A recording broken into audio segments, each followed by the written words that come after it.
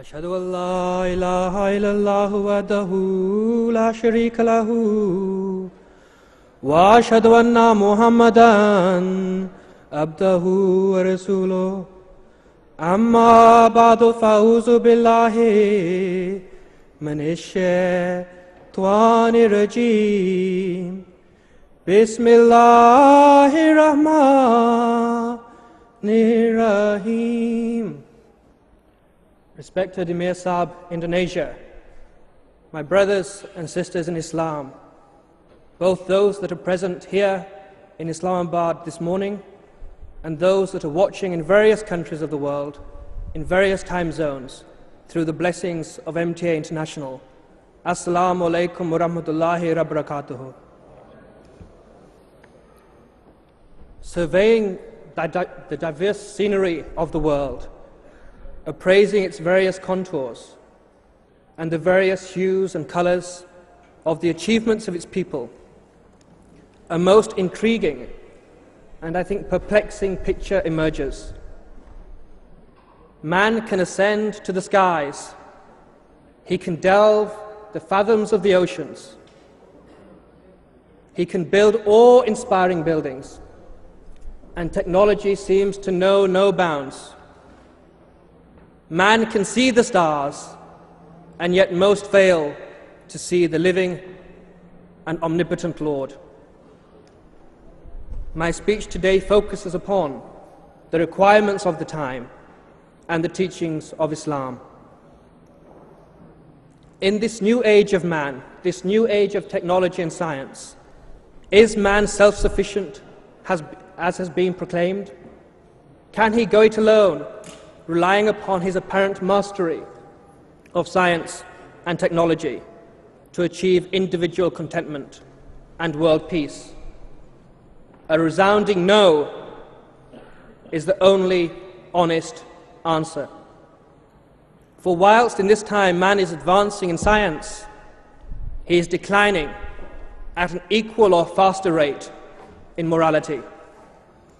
This has been explained so beautifully by Hazrat Khalifatul Masih Rabi Ayadalano bil Asr al-Aziz in his speech, Islam's response to contemporary issues. And I will quote a relevant passage now. Beloved Hazur says, a wind of change is blowing across the societies of the world, be they Eastern or Western, religious or secular.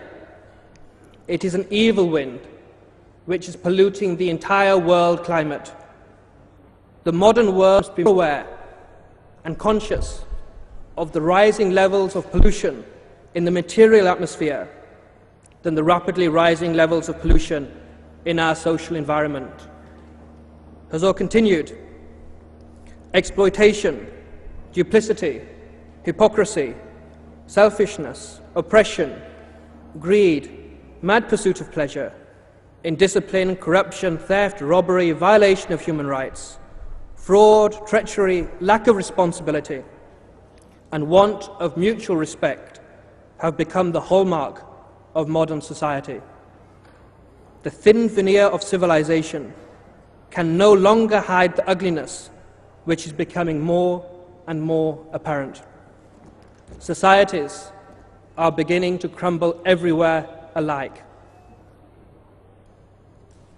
In view of this dreary picture, some assert that religion is irrelevant, that it has no role at all to play in alleviating the suffering and maladies that we see afflicting man. Some despair, some of the so-called great religions despair, and say that God is dead and that communion with Him is impossible in this age. Others might despair at the scene we witness, but not true Muslims. We pain at the suffering we see in the world. We pain and feel the torture of the souls around us, but we cannot despair, for we believe in an ever-living, ever-seeing, ever-helping Lord who is as alive today as He was 1400 years ago. We know that He has vouchsafed to us a message of peace and of hope. It is the Charter of Human Rights, It is a panacea for all ills. It can satiate every demand of society, and it can assuage every affliction. Allah Ta'ala has not only promised in the Holy Quran that He has perfected Islam and perfected the Quran as a message, but He has proven how potent a remedy it is. If we look back 1400 years to the time before the Prophet of Islam, we see what a terrible condition the Arabs of Arabia were in. Every evil known to society, known to the world, was known to those people. Every vice was present. Jafar al-Tayyar, an early Muslim, explained this previous state of the Muslims to the king of Abyssinia. He said, "We were an ignorant and misled people. We worshipped images and ate dead bodies.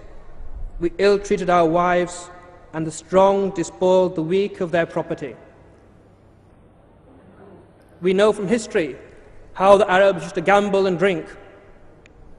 We know the callousness of their behavior and the brutality of their treatment to the slaves. It might have seemed to any observer at that time that no message of man, no philosophy could revive those souls and quicken those spirits.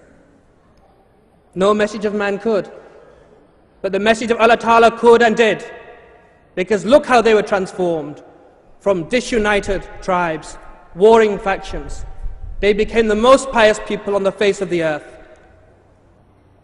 They became conquerors of the world, leaders in science and technology, the most beautiful creation of God.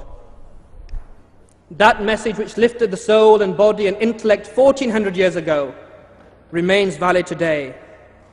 The vices of East and West, prevalent amongst the rich and the poor, are no more surmountable today than they were at the time of the Holy Prophet of Islam, sallallahu alaihi wasallam.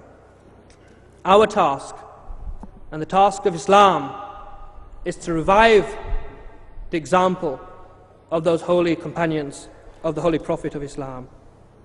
And in this community, we are witnessing the blessings of the Prophet by obeying him and his humble slave, Hazrat Mirza Ghulam Ahmad of Qadian, Hazrat Masih Maud, alayhi salatu wasalam. And we are witnessing the grandeur of that Islam, which revived the spiritually barren deserts of Arabia. We are witnessing a nourishing rain from Allah Ta'ala, which is transforming barren soil into the fertile soil of Islam. On that soil, the seed planted by the promised Messiah is nurturing and growing in strength day by day. This is indeed a great blessing of Allah Ta'ala, and it is a blessing of the Holy Prophet of Islam, sallallahu alayhi wa sallam. For he was indeed rahmatul lil alameen. The message vouchsafed to him will last until eternity, and his example will always shine as a beacon to guide mankind. In fact, if one looks at society of today, we should realize that the spiritual decline of man is in fact a great truth, a great sign of the truth of the Holy Prophet of Islam and of the Holy Quran and of the promised Messiah and Mahdi. For the Holy Quran refers, in al-insan lafi khusrin, it refers mankind to this time when man was in a state of abject loss. The Holy Prophet of Islam himself referred to this time and said, Islam will have nothing left except its name. Mosques, though full of worshippers, will be devoid of guidance. Their religious scholars will be the worst creation under the canopy of the heavens. For those experiencing these darkest times of Islam, he gave them hope, however, for he said, how can my followers be destroyed? How can they be destroyed when I am at their beginning and Jesus, son of Mary, is at their end? Musnad Ahmad, Kanzal Amal, Volume 7, page 203. Are we not living in those times referred to in those prophecies? Is this not the time of the Dajjal? Do we not call to witness the sun and the moon and the grand eclipse proclaiming the advent of the promised Messiah? The requirement of the time is Islam, and Ahmadiyyat is nothing but the true Islam. Muslims will not see the grandeur of the days prophesied until they accept the slave of the master of Arabia and until they strive in the way of Allah.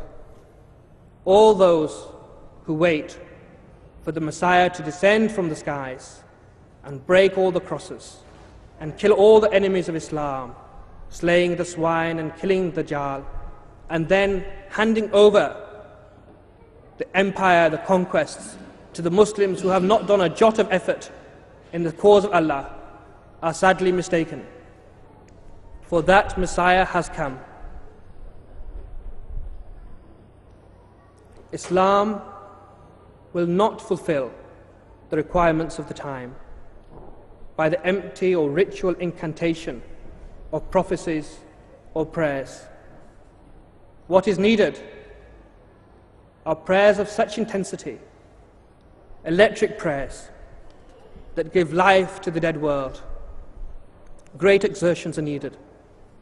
Tadbir, human effort, must combine with taqdeer, divine decree, to bring about that grand promise.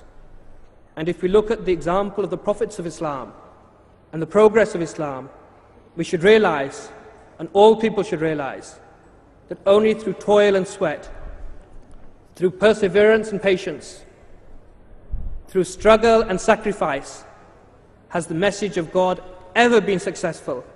And this is the recipe that the Jamaat-e-Ahmadiyya follows in its daily life. The ailments then of our time are many.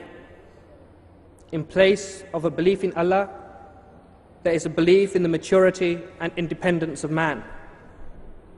Instead of pursuing the pleasures of Allah, the pleasures of the world are pursued. And from this basic ailment flow all the ills of society. Permissiveness of every sort, lack of respect, lack of morals, global drug problems, and the tearing of the fabric of society. How does Islam then tackle these issues? Well, it goes to the root. It teaches the belief in an ever-living Lord who answers the prayers of his servants.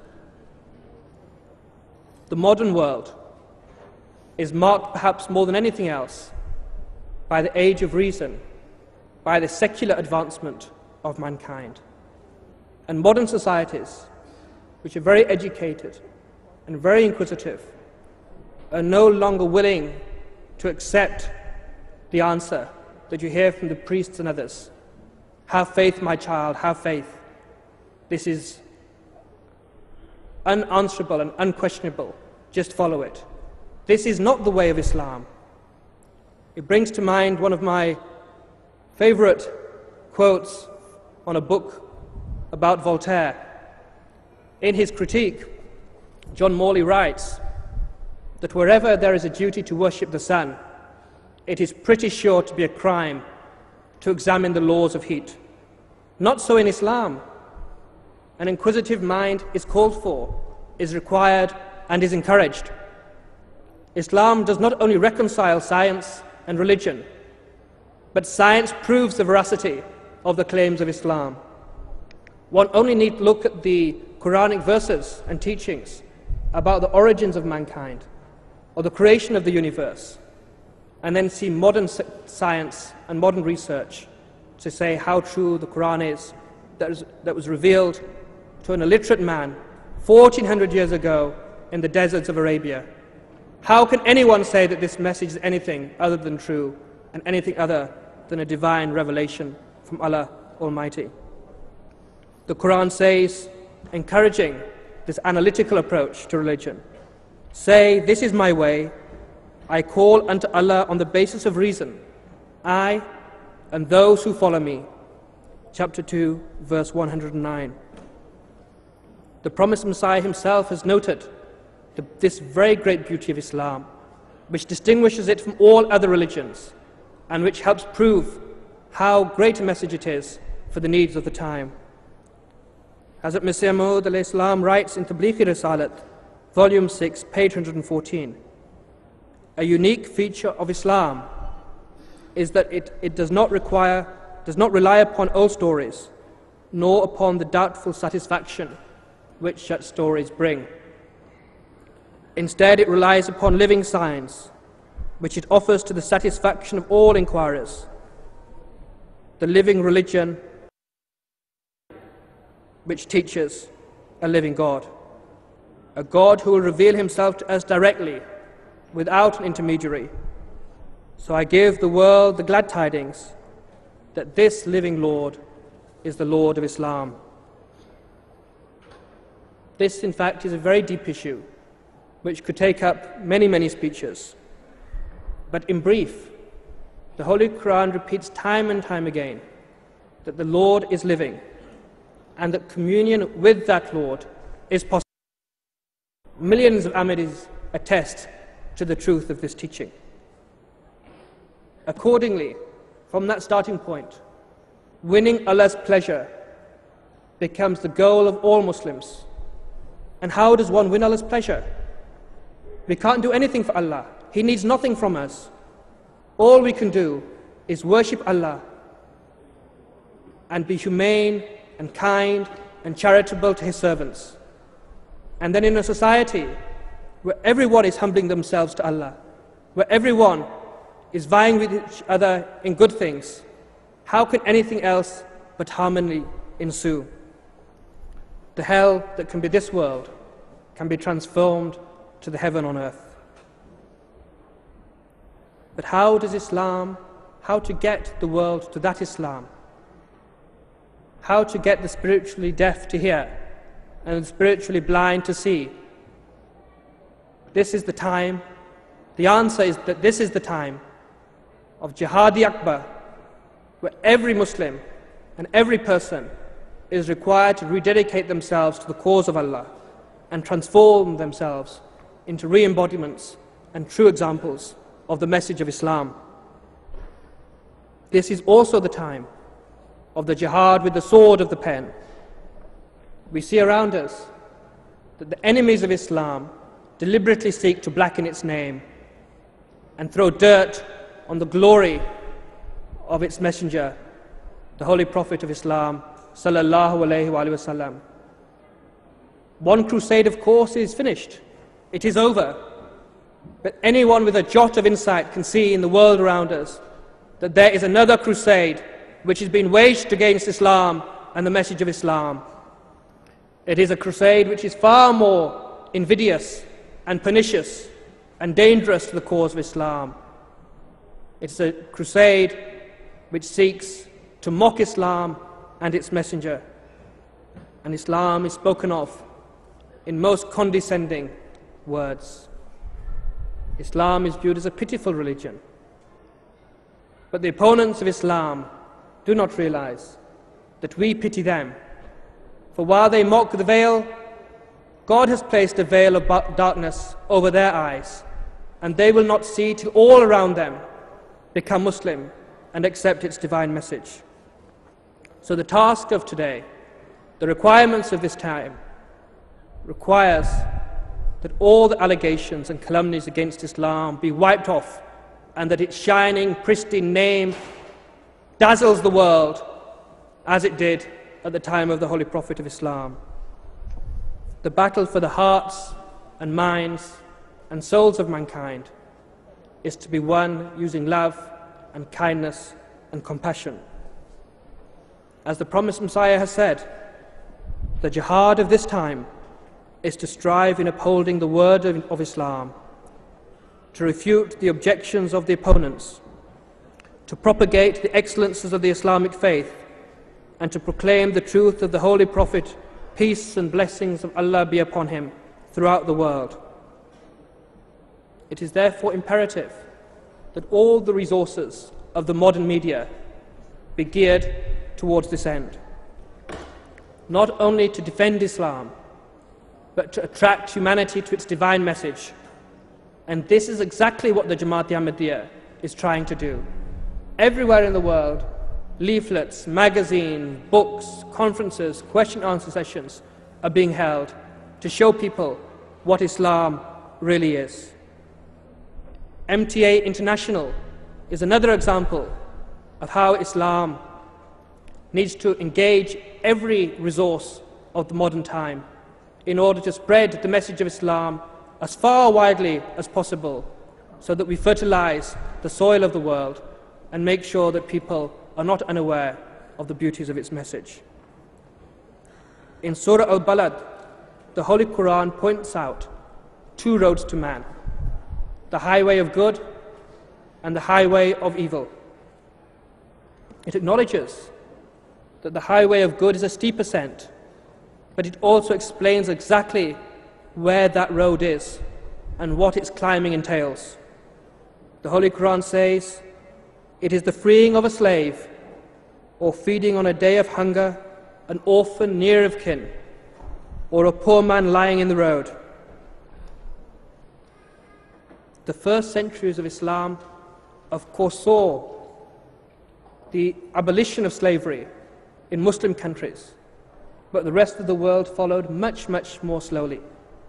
In fact, slavery internationally was banned in 1890 by the General Act of Brussels.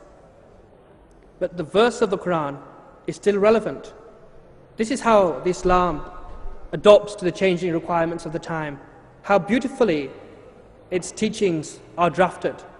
The draftsman could only be the all-living, almighty Allah Ta'ala. Because we see that despite the fact that physical slavery may not be practiced in many countries, if at all, slavery is by no means dead. Its hideous face is simply contorted. And it's a new slavery, whereby the poor countries of the world and the poor people of the world are oppressed by rich nations and powerful multinationals. It is a slavery which is just as debilitating, just as pervasive, and just as evil. For economic slavery makes man dependent and tied to a certain type of existence. And interest are the irons which bind that slave. And from this too, Islam liberates man. The gulf between rich and poor is wider than ever before. So much of our fellow man live in abject poverty. Communism has clearly failed them. Capitalism is failing them. Only the message of Islam can liberate them and improve their lot. Surah Al-Balad teaches us that the aim for believers is not just to give aid to the poor whilst preserving their dependent status. It is their liberation. Liberation of people and liberation of countries. Immediate needs must of course be looked after. Where there is starvation, of course aid must be given. But Islam incites people to look to a far longer term objective. It seeks to abolish the abolition of interest. It instills the giving of interest and belief of justice and God. These and other measures, which need to be looked at in great detail, are in fact beautifully set out by Hazrat Muslim Maud's The Economic Structure of Islamic Society, to which I refer anyone interested in this area. The poor suffer, of course, not only from physical privations, but by the barrage of advertising that we witness today. Into the most paltry and humble home, the pictures of enormous wealth, of huge cars, of lavish gardens, of enormous palaces are visited upon them. They see the Hollywood or sometimes Bollywood pictures of material wealth. But this is not the aim, should not be the aim for society. All that happens is that the poor become even more resentful and even more conscious of their awful plight. Now, Islam will alleviate suffering, but it will not abolish. It's not communism. It will not abolish differences in the material status of people. Accordingly, Islam teaches contentment. The Holy Quran says, "And strain not thine eyes after what we have bestowed on some classes of them, of the splendors of the present world, that we may try them thereby. And surely the provision of thy Lord is better and more lasting." Surah Tahir, verse 132. By keeping the focus of man on the life to come, rather than the vicissitudes of this life, Islam makes major strides towards alleviating internal dissent and international unrest. It keeps man away from the burning fire of jealousy that can engulf nation and individual alike. The yawning gap between rich and poor, of course, exists today like never before. But Islam is for all of them. Islam's message is for the people of the East as it is for the people of the West. It is for the rich and it is for the poor. It is for the inhabitants of cosmopolitan cities and for the most rural cities known to man. For all of them, its Prophet's example is peerless. All states were experienced by him, poor orphan to leader of Arabia. As the promised Messiah states, during the two halves of his lives, in weakness and in strength, in poverty and in prosperity, he proved how great and how inclusive of all ethical dimensions was his holy person. Courage, magnanimity, steadfastness, forgiveness, kindness, in short, all human graces and morals can be seen in his daily life. To find parallel is impossible. Another malady, of course, afflicting man is the scourge of corruption. If a country is not enslaved by debt, interest repayments, and economic colonialism from without, the insidious hand of corruption chokes it to death from within. And we see some leaders from various countries of the world that have garnered millions and millions of dollars entirely from the lives of their people. The example we must always look at is the example of Hazrat Umar, the great Khalifa of Islam. He had such concern over his duties, and he took them so seriously that it was his one cognito amongst the streets of his locality at night. On one such occasion, as he was traveling, he heard the shrill cries of children pierce the evening night. He went up to a house and he saw a mother and 3 children around a pot of water. And he inquired, "What is the reason for your discomfort?" The mother said, "My children were crying. I had no food for them. So I put some stones in some water and put them on the fire so that they may be mollified and go to sleep." Hazrat Umar was so concerned and felt so ashamed that he went straight back to his headquarters and procured meat and flour and dates and put them in a bag. He asked one of his slaves, "Help me put them on my back. I want to carry it to this lady." The slave asked, "O Prophet, O Khalifa, why don't I carry it for you? Why do you want to carry it yourself?" Hazrat Umar replied, "No doubt you can carry this weight for me today, but who will carry this weight for me in the day of judgment?"